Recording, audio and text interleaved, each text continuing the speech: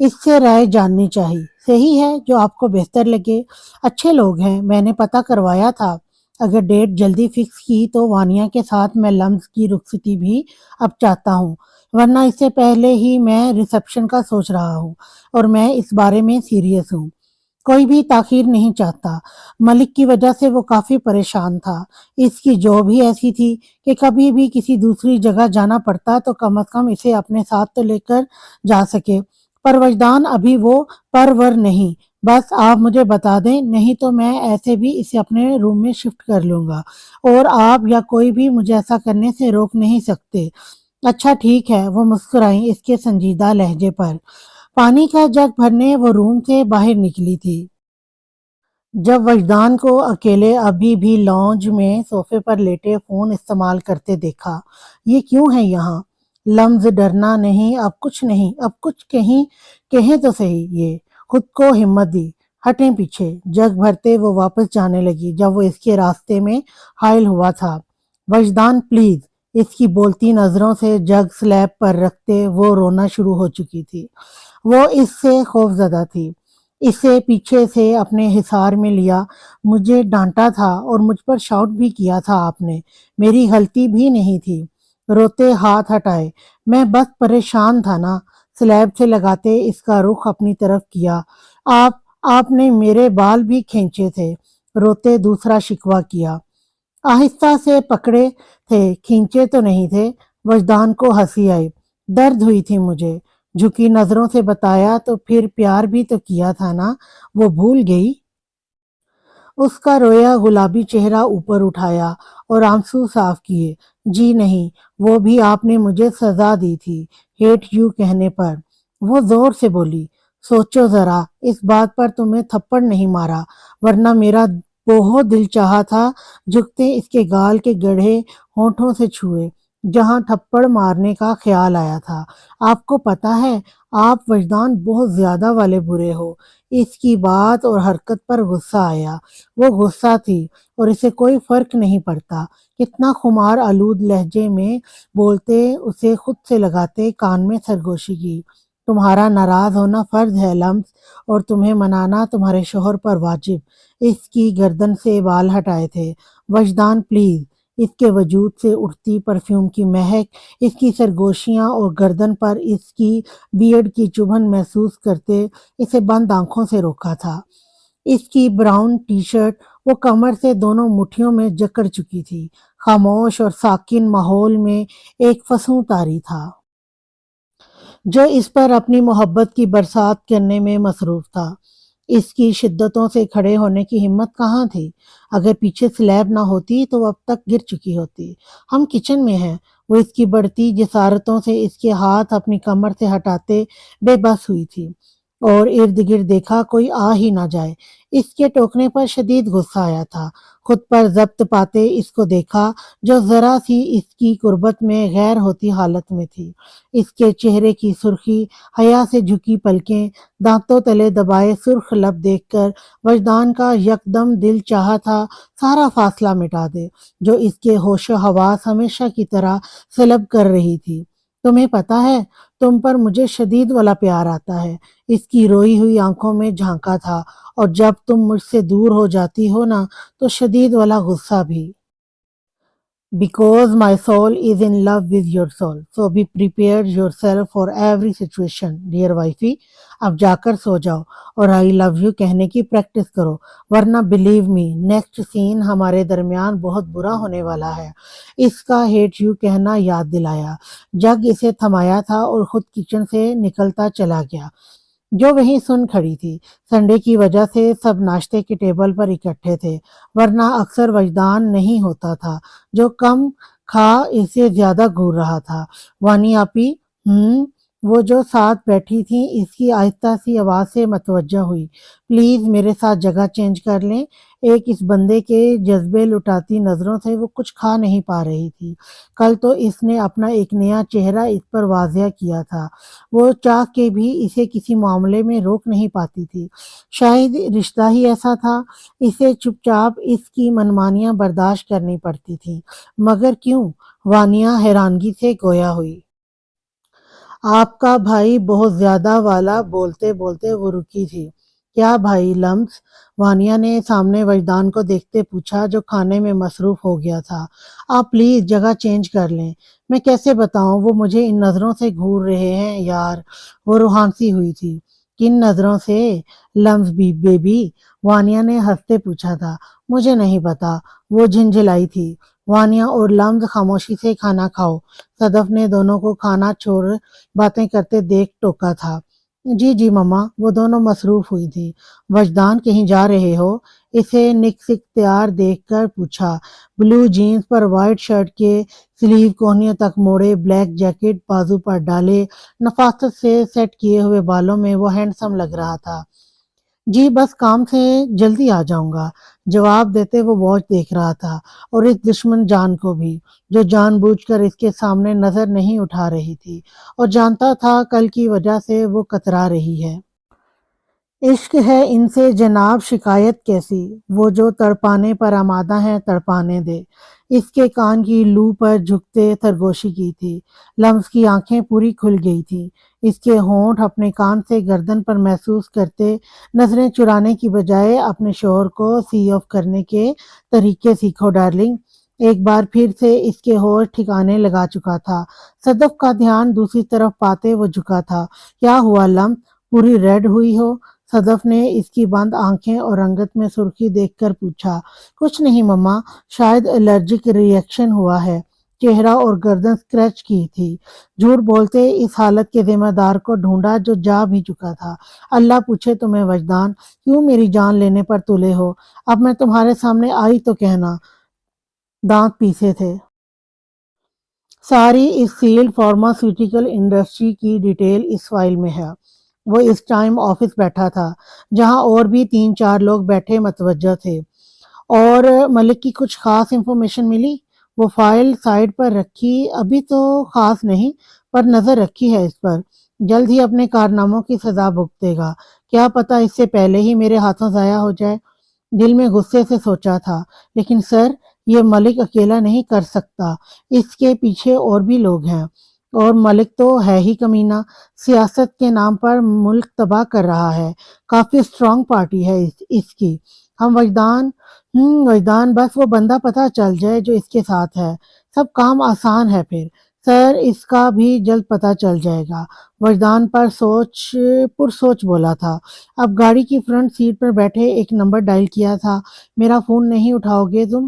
کی پیڈ پر تیزی سے انگلیاں چل رہی تھی۔ لاسٹ ٹائم وارننگ، اگر فون نہیں اٹھایا تو تم پر کرپشن کا الزام ثابت کر دوں گا۔ ٹیکسٹ سینڈ کرتے انابی لب مسکرائے تھے۔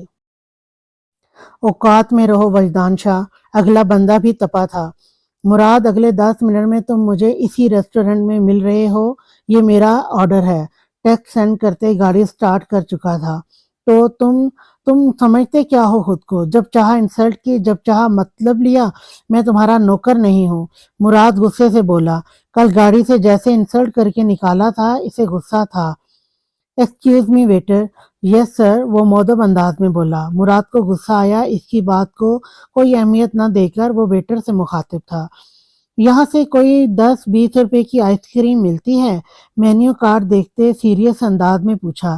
سر آپ اسلام آباد کے سب سے مہنگے ریسٹورنٹ میں ہیں، کیا آپ نہیں جانتے یہاں منرل واٹر کی بوتل بھی کم از کم 100 روپے کی ہوگی؟ وہ ویٹر حیران ہوا تھا۔ اوہ یہ تو پرابلم ہو گئی، مجھے تو اپنے دوست کو منانا تھا۔ وجدان، مراد نے نام لیتے دانت پیسے تھے۔ سوری مراد، سوچا تھا 10-20 کی آئس کریم کھلا کر منا لوں گا، پر وہ تو ہے ہی نہیں۔ اب مان رہے ہو یا نہیں؟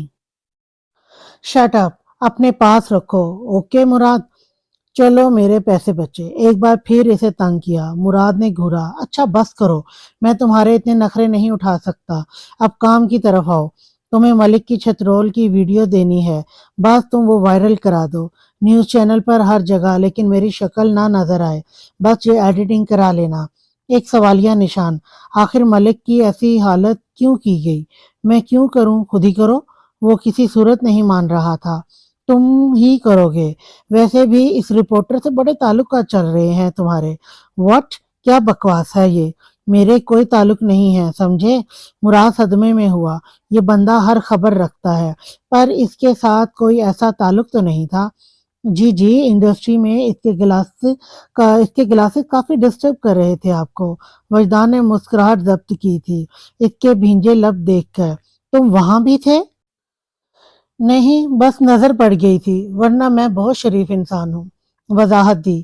اچھا چھوڑو، تم سے مدد لینے کا مقصد یہ کہ مجھے تمہارے علاوہ کسی پر بھی یقین نہیں ہے، اس لیے اس کیس میں تمہیں اپنے ساتھ شامل کیا ہے۔ ملک کے خلاف سارے ثبوت جلد اکٹھے کرنے ہوں گے۔ مراد، مجھے نہیں پتا وہ لمز کے پیچھے کیوں پڑا ہے۔ میں حیران ہوں وہ اسے کیسے جانتا ہے۔ اس راز کو بھی جاننا ہے۔ تمہیں پتا ہے لمز میرا جنون ہے، میری شدت ہے۔ تم سوچ نہیں سکتے اس ٹائم میرا کیا حال ہوا تھا۔ میرا دل چاہا تھا اس ملک کو زمین میں گاڑ دوں۔ وہ وجدان شاہ کی جان کے بارے میں کتنے سکون سے بکواس کر رہا تھا۔ وہ ایک خواب کی کیفیت میں بول رہا تھا، اور مراد کو ایک سیکنڈ لگا تھا ناراضگی بھلانے میں، کیونکہ وہ اس کا پاگل پن جانتا تھا۔ ٹائم دیکھا تم نے؟ صرف 11 بجے۔ کھلے بالوں کا جوڑا باندھتے کہا، یہ کیا زندگی ہے تمہاری؟ میں تمہارے لیے بہت پریشان ہوں۔ روز کی طرح ایک بار پھر اسے کہا، ناشتہ کرنے دیں گی؟ وہ براؤن بریڈ کی بائٹ لیتے خفگی سے بولی، ہاں تو مریم بتاؤ نا یہ سب کیا ہے؟ میں صرف تمہاری وجہ سے چپ ہوں۔ وہ ساتھ والی فائزہ ہے نا، وہ بھی کہ جب وہ غصے میں ان کی بات کاٹ چکی تھی۔ کیا کہا گرینی اس نے؟ ایک تو ان لوگوں کی زندگی میں سکون نہیں، اپنا ناشتہ ٹیبل پر پٹکا تھا۔ مریم جتنی لیٹ تم رات کو آئی ہو نا، میری جان ہتھیلی پر آئی ہوتی ہے۔ جوان لڑکی اتنی دیر باہر رہے مجھے نہیں پسند۔ تم چھوڑ دو یہ نوکری۔ کیا ہے اس میں؟ وہ سمجھا رہی تھی ہر بار کی طرح، پلیز گرینی، کم از کم آپ سے اس ٹپیکل سوچ کی امید نہیں تھی مجھے۔ ٹھنڈی ہوئی چائے کا کپ وہ کچن میں رکھ آئی تھی۔ ان سب باتوں کے بعد دل نہیں چاہا تھا۔ اب تمہیں میری باتیں بری لگتی ہیں؟ اس کی ناراض شکل دیکھ کر کہا، ہرگز نہیں گرینی، پر آپ بھی لوگوں کی باتوں پر کان نہیں دھرا کریں نا۔ گلے لگتے کہا، میری جان تمہاری فکر ہے نا، بس اب جلد اپنی زندگی میں تمہاری شادی کرنا چاہتی ہوں تاکہ سکون سے مر سکوں۔ گرینی پلیز نہیں بولا کریں ایسے، اب میرا آپ کے علاوہ کون ہے؟ وہ آنسو لاتے بولی تھی، حقیقت جھٹلائی نہیں جا سکتی مریم۔ وہ اس کے ماتھے کو چومتے کہا، آپ کے بھائی کو کوئی کام کاج نہیں ہے؟ وہ تپی تھی، اس کی حرکتوں سے زچ تھی، وہ جو کوئی بھی موقع نہیں گنواتا۔ اب کیا ہوا؟ وانیہ نے ہنستے پوچھا تھا، جو بیگ پہنے منہ بنائے بیٹھی تھی۔ چلو لمس، ابھی وہ کچھ جواب دیتی جب اس کی بھاری آواز قریب سنی۔ بائے بیبی، وانیہ آنکھیں مارتے بولی تھی۔ گاڑی میں خاموشی تھی۔ لمز نے ایک نظر دیکھا، اس کے مضبوط ابری رگوں والے ہاتھ اسٹیئرنگ پر دھرے تھے، ایک ہاتھ میں قیمتی واچ تھی۔ پھر اس کے چہرے کو دیکھا، وہ نارمل رنگت رکھتا تھا، کالی آنکھیں، ہلکی سی بیئرڈ، ماتھے پر بکھرے سیاہ بال، وہ ازلی بے نیازی سے ببل چبا رہا تھا۔ وہ ہینڈسم تھا، لب مسکرائے تھے، وہ اس کا نصیب ہے۔ لمز خود سوچ کر حیران ہوئی تھی۔ ایسے نہیں دیکھو ڈارلنگ، برا ہوگا۔ سامنے دیکھتے ہی وہ بولا تھا۔ لمز کا دل زوروں سے دھڑکا، وہ انجان نہیں تھا اس کی نظروں سے۔ پوچھو تو صحیح کیا برا ہوگا؟ وجدان نے اس کے نہ بولنے پر رکسایا تھا۔ آپ مجھے خوفزدہ کرتے ہیں۔ لمز کو غصہ آیا تھا، مطلب اس کے دیکھنے سے بھی اس کے ساتھ برا کرے گا؟ تمہیں چاہنے کا، رلانے کا، ہنسانے اور خوفزدہ کرنے کا ہر طرح کا اختیار ہے میرے پاس۔ وہ ہر طرح سے جتا چکا تھا کہ وہ اس کی ہے، وہ جو مرضی کرے۔ یہ حق جتانے والی عادت سے تنگ تھی۔ یونی کی پارکنگ ایریا میں پہنچتے اس نے سانس بحال کی تھی۔ اے کدھر؟ اس کو گاڑی سے نکلتا دیکھ اپنی طرف کھینچا تھا۔ ہم گاڑی میں ہیں وجدان۔ ہر بار کی طرح اس جگہ کا احساس کروانا پڑا۔ کوئی تو موقع چھوڑ دے یہ بندہ۔ گاڑی میں منع ہے؟ وجدان نے اس کے براؤن بال چہرے سے ہٹائے تھے، جو بیبی پنک کلر میں گلابی ہی لگ رہی تھی۔ مجھے پہلے رینٹ پے کرو، اس کی گھبرائی شکل کو دیکھتے کہا۔ آپ مجھے اس لیے چھوڑنے آئے تاکہ پیسے لیں؟ لم صدمے میں تھی۔ آف کورس، فری میں تھوڑی۔ چلو وائفی، تمہارے لیے ایک فیور۔ اپنا چہرہ اس کے قریب کرتے اس کی ویسٹ میں ہاتھ ڈالتے اپنی طرف کھینچا۔